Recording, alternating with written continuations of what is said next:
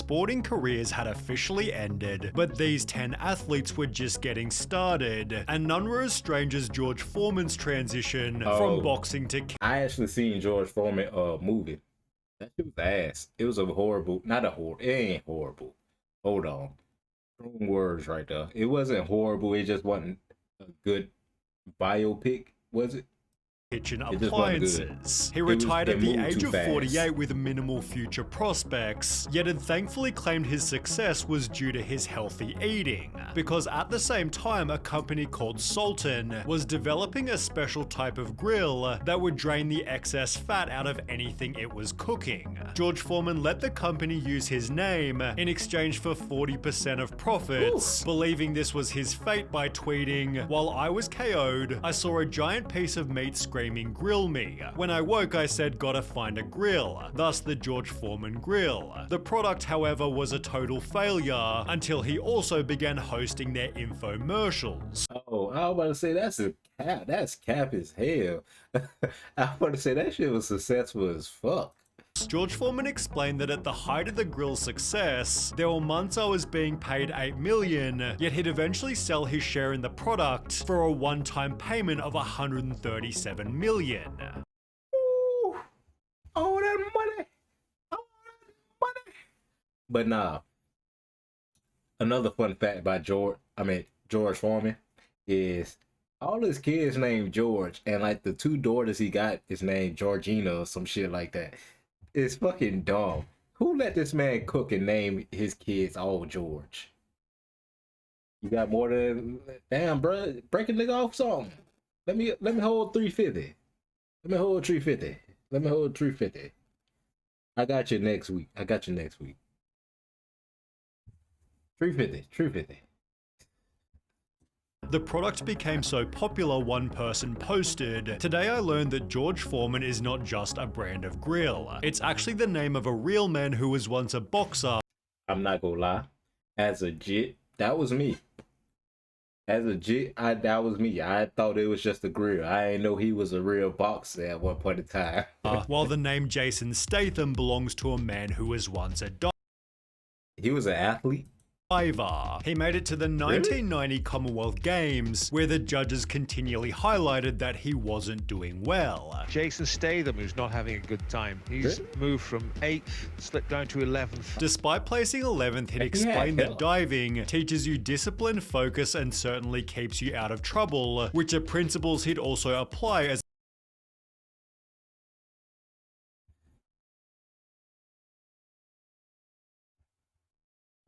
Who the fuck will believe that? Listen here. You did not want to fuck with my prime Mike Tyson, my nigga. You did not want to fuck with prime Mike Tyson. You know why? You want to really know why? Because this nigga said his dick got hard while he was fighting. Like, let's be real. You might end up getting bent over. Like, let's be real, bro. Nigga, let's be real. You lucky you wasn't born, nigga. The fuck? Prime Mike Tyson might have bent that ass over. But no, that's all he really said. Mike Tyson really said, it got me hard from fighting. Nigga, I'm cool. I don't want to fight a nigga like that.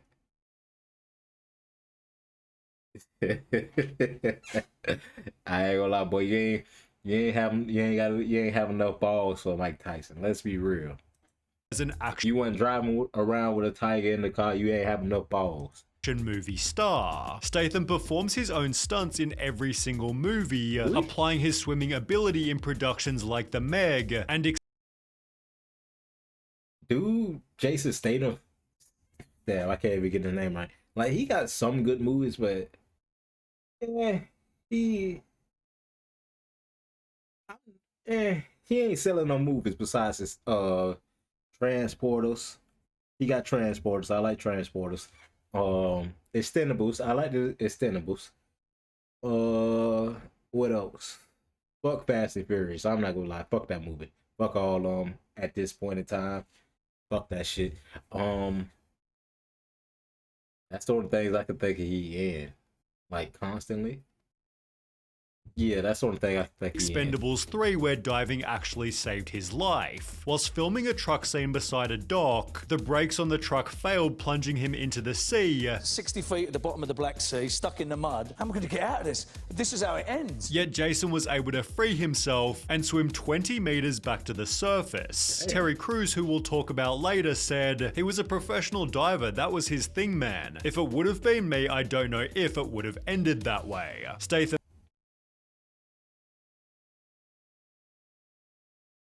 I ain't mad at you.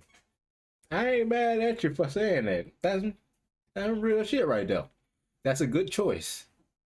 That's a good choice right there. then further added, "I think what I didn't achieve in sports has probably helped me focus more and take my acting career more seriously, while Arnold Schwarzenegger was only able to act because of his sporting achievements." In the very I was gonna say in my head, what the fuck sports did Arnold Schwarzenegger play? I mean, dude, but nigga, he was a bodybuilder. Like, come the fuck on, my nigga. I was tripping for a second. For like just a second, I was like, what the fuck do he do? What did he do at that one point?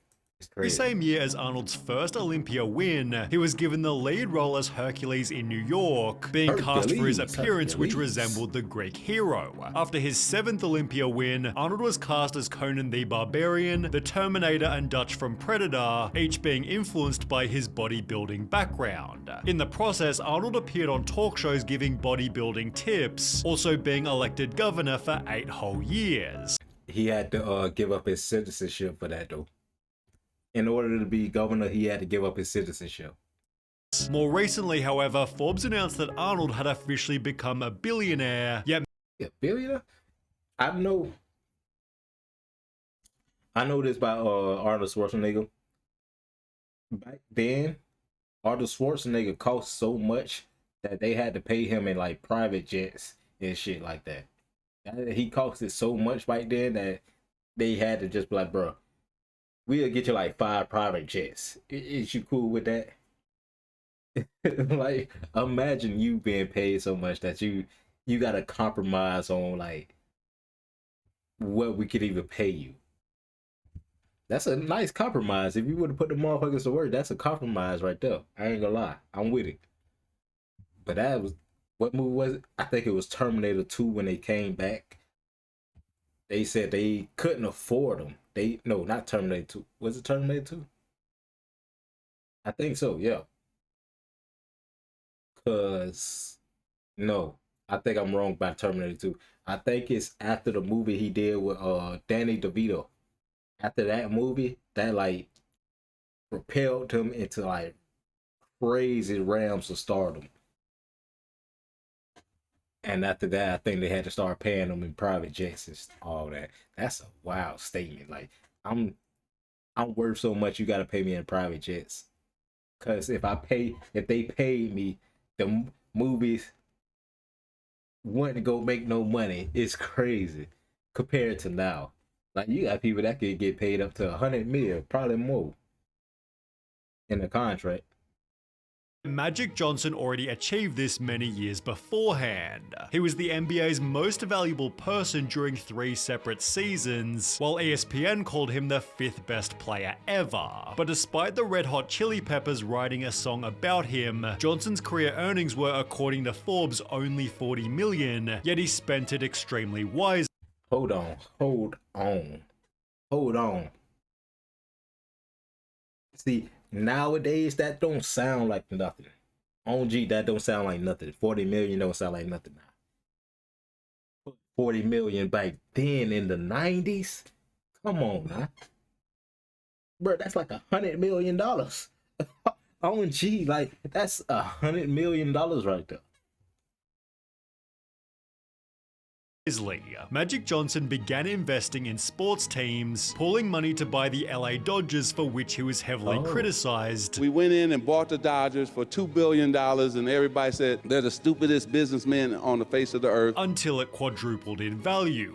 At $8 billion, they said, oh, they're the smartest guys. He'd therefore also invest in the Los Angeles Sparks, the Los Angeles Football Club, and the Washington Commanders, all while operations for the Los Angeles Lakers. He then launched his own talk show, his own film studio, and even his own record label, before also buying a movie theater, the tallest building in Brooklyn, and 125 Starbucks locations. However, there was one investment.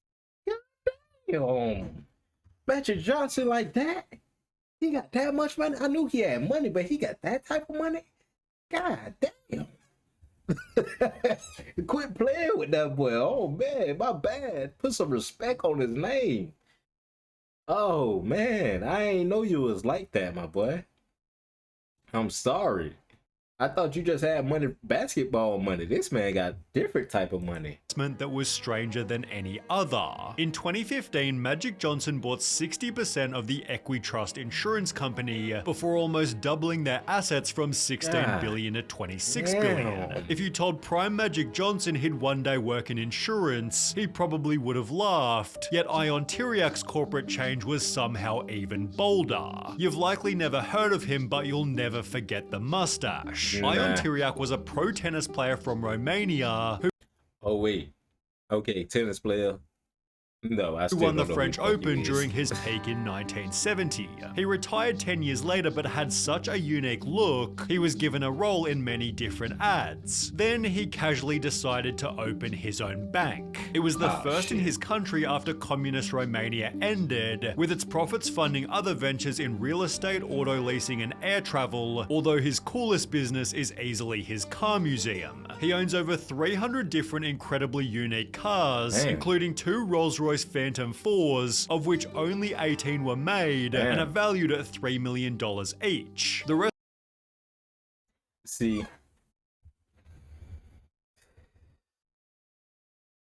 I don't really understand cars, bro. I don't. Like, after a certain point in my eyes, like, it's not worth it. I'm not a car person at all, bro. Like, it's over. The rest of his collection features everything from Fords to Ferrari. See, I like the Ferraris, but that motherfucker look like a horse and carriage supposed to be pulling that motherfucker. But I heard with Ferrari, you got to do some bullshit just to be able to buy a new Ferrari. Hey, if I had that type of money, I'm not going through that bullshit. Ferraris, and they're all on display at the Tiriac Auto Gallery. Despite earning just £200,000 during his professional tennis days, he became Romania's richest man with a worth of 1.7 billion. God damn. Well, first off, again, they keep saying only 200,000. Like, it's chump change. That was millions back then. Let's be real. That was millions. Because they said the 70s. Yeah, that was millions. Let's be real. But he's not nearly as famous as presenter Michael Strahan. NFL players retire after 3.3 years on average, yet Strahan that's why the nickname for the NFL is not for long. Played from 1993 to 2007, spending 15 years with the New York Giants and retiring after a year that his team had won the Super Bowl. But while this made him perfect for a career in sporting commentary, he approached it through a slightly different medium. Strahan became a talk show co-host on Live with Kelly and Michael, which increased its ratings so ferociously, it began beating its competition by 87%. He was then offered a position on Good Morning America where he also performed exceptionally, winning 2 daytime Emmys for Outstanding Talk Show Host. More recently, Strahan was given a star on Hollywood's Walk of Fame, represented by a whole new category for sports entertainers, making his star the first to feature a trophy symbol. Michael certainly... Oh wait, I remember that, bro. I remember an interesting fact about the Hollywood... Hold on. Remember an interesting fact about that, right? The fact is, they gotta pay for that. How you go use my name to... I don't want that shit. Like, if I had to pay for my star to be on the fucking ground, I don't want it. Like, that's supposed to be like a honor? I don't think that's right. But that don't make no sense to me. It don't make no sense to me. How the hell I gotta pay? Make it make sense. deserves his $17 million a year, while Vinnie Jones is also perfect for every role he plays. Juggernaut. You might recognize Vinnie as the coach in She's the Man, being given the role as a former professional soccer player. He played 184 games of I recognize him.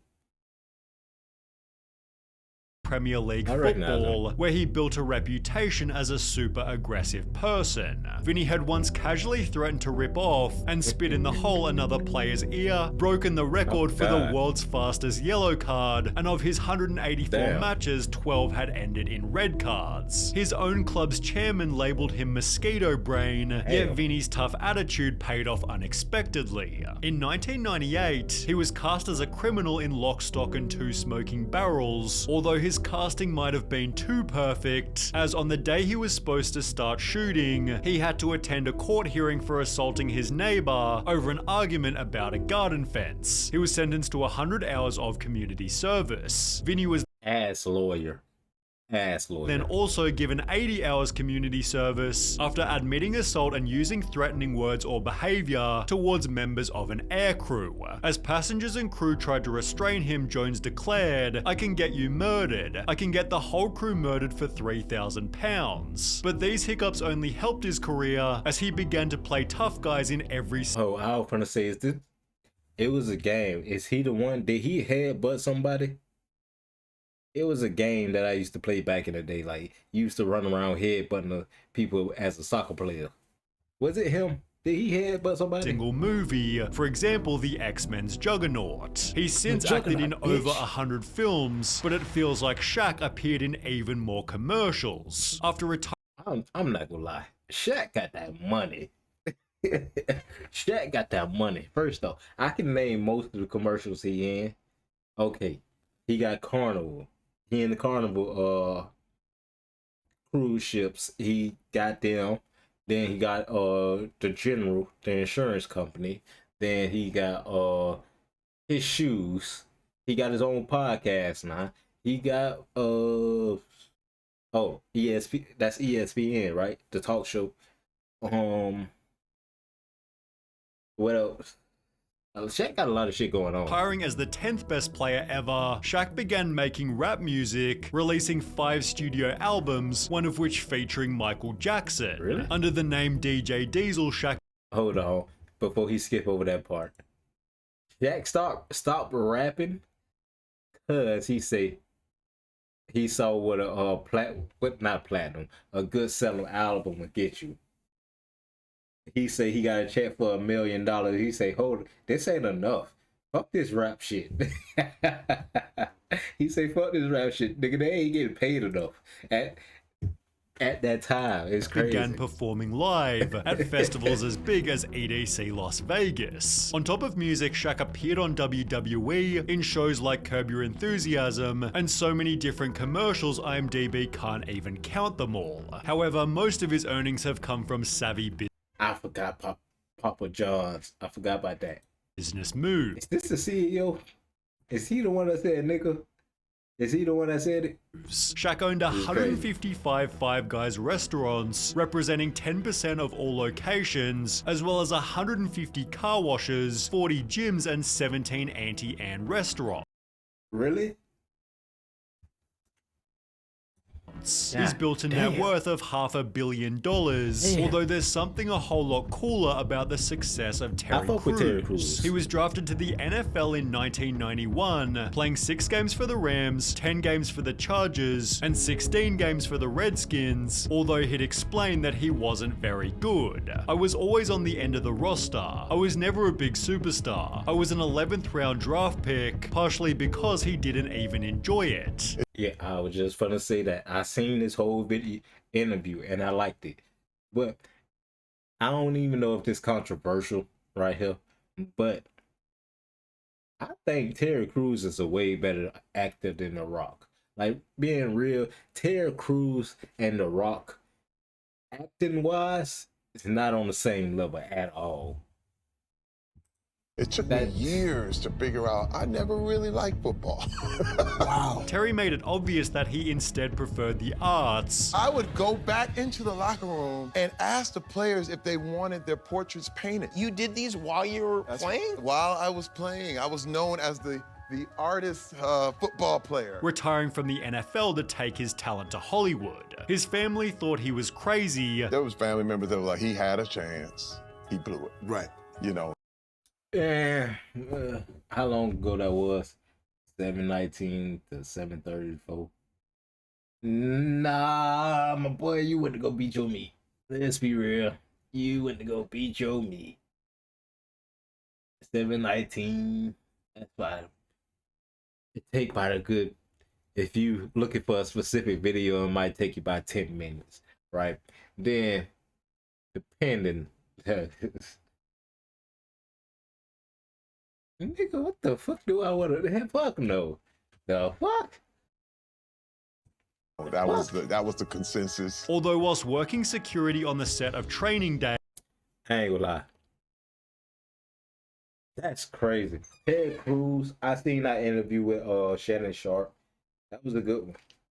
It's crazy. It's a crazy thing to say. Crazy, but what I was gonna say. Oh yeah. The thing is, he just so happened to be here. He wasn't even meant to be here this day. I watched the video. Okay, Mr. Billy Badass. Okay, but he wasn't even supposed to be here. He said somebody just called him up like, "Hey man, come up. They filming Training Day," and he like, "Okay, I'll pull up." And one of the people asked him, do he want to be in the scene? And he said, yeah.